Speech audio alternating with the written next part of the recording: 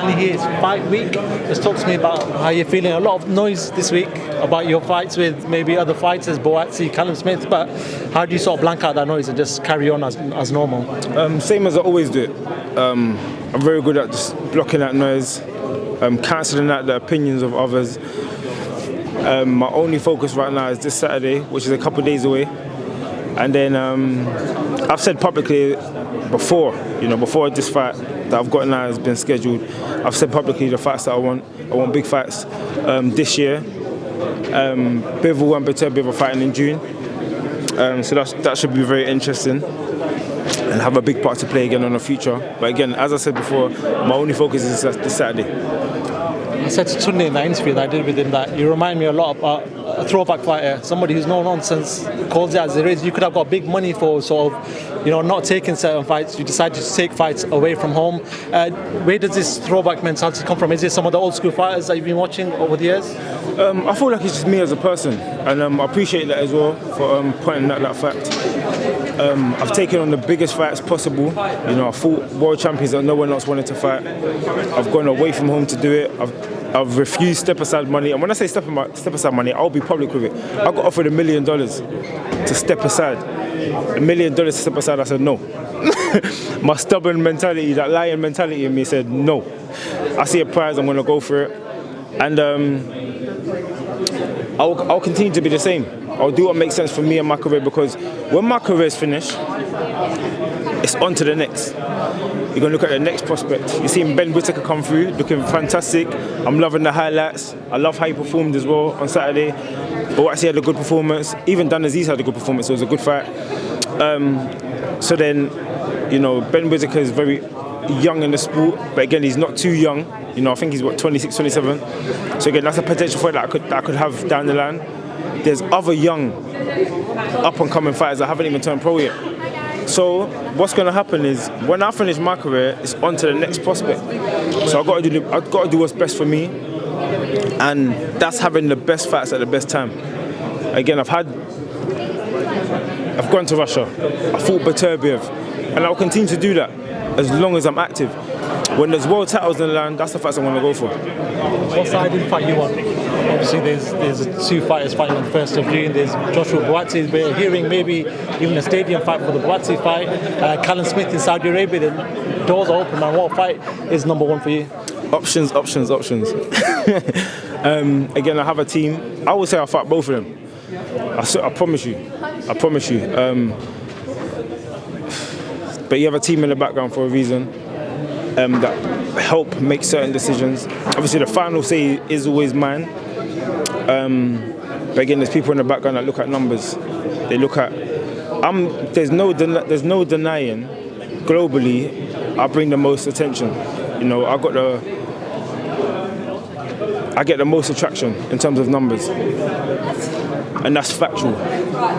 But again, these big fights are fights that I want. Not just what makes sense, but they're actually fights that I want.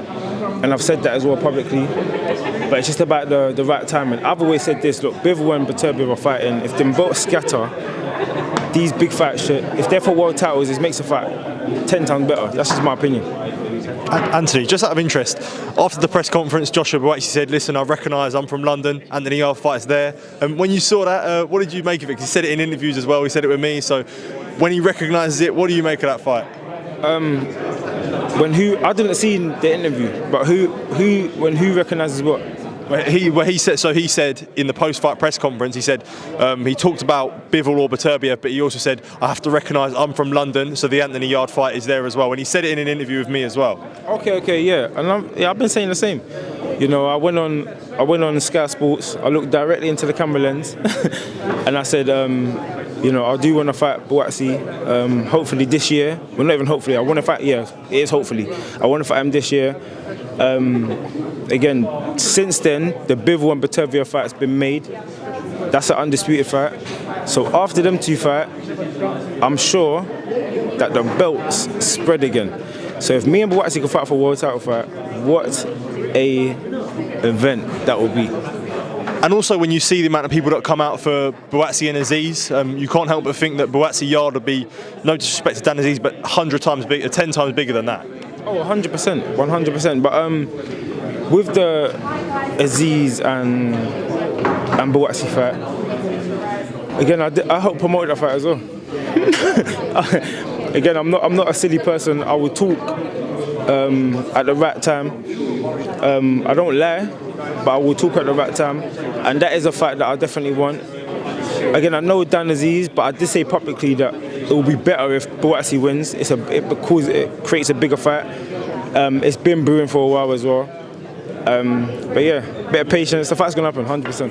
Another thing, you mentioned Ben Whittaker there. What do you make of the showboating? It does cause a bit of a stir online. As a fellow, I suppose, rival to you, what do you make of all that showboating? No, I love it. I actually love it. To me, there's no rivals in boxing unless you dislike each other. Again, I don't know Ben Whittaker. All I know is that he's a fellow Adidas ambassador, like myself, and I was entertained. I love it. I used to love watching Naseem Hamed. I used to love watching other fighters that maybe showboated. Ben Whittaker had good defense and moved about and done little dances. I love all that stuff in boxing. It takes a tremendous amount of skill to pull it off, especially under the lights. And again, I want him to keep building himself.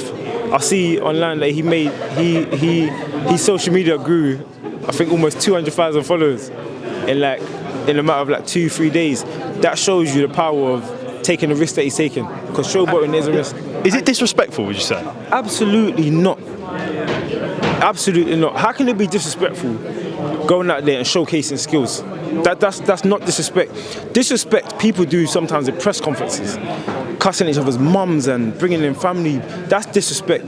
Going out there and showcasing your talent is not disrespect. And people should, again, for someone to go out there and showcase that kind of skill, people need to support it.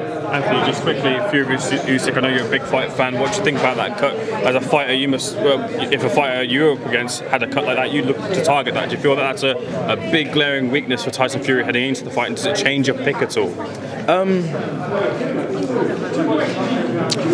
Yes. The answer is yes, because Tyson Fury will have in his mind that he's got that cut. Regardless of what Usyk's thinking, in the back of Tyson Fury's mind, he's human, he's going to know that he's got that cut. So it could play a part in how he fights, his approach to the fight. But again, it could be in his favour. He could want to box and stay on the back foot, and that could work in his favour. He's bigger, a lot bigger, he's heavier, he can move. And again, it could have been to his detriment if he went in there and tried to force the action and try to stop Usyk. He could have got caught. So we'll see how it plans out when they actually do fight. Are you picking Usyk or favouring him? I will, in terms of just because of the sheer size. If I was betting on it, I will bet on Fury probably to win by points. But Usyk has shown his supreme ability. So again, that's why we're excited about that fight. I think that's a very, very interesting 50-50 fight. All right, thanks very much, guys. Thank you. Thanks. We need to think of a new advert for freebets.com.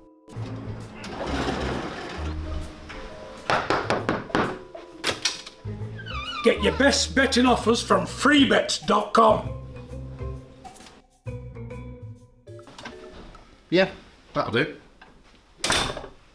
The following deals are now live.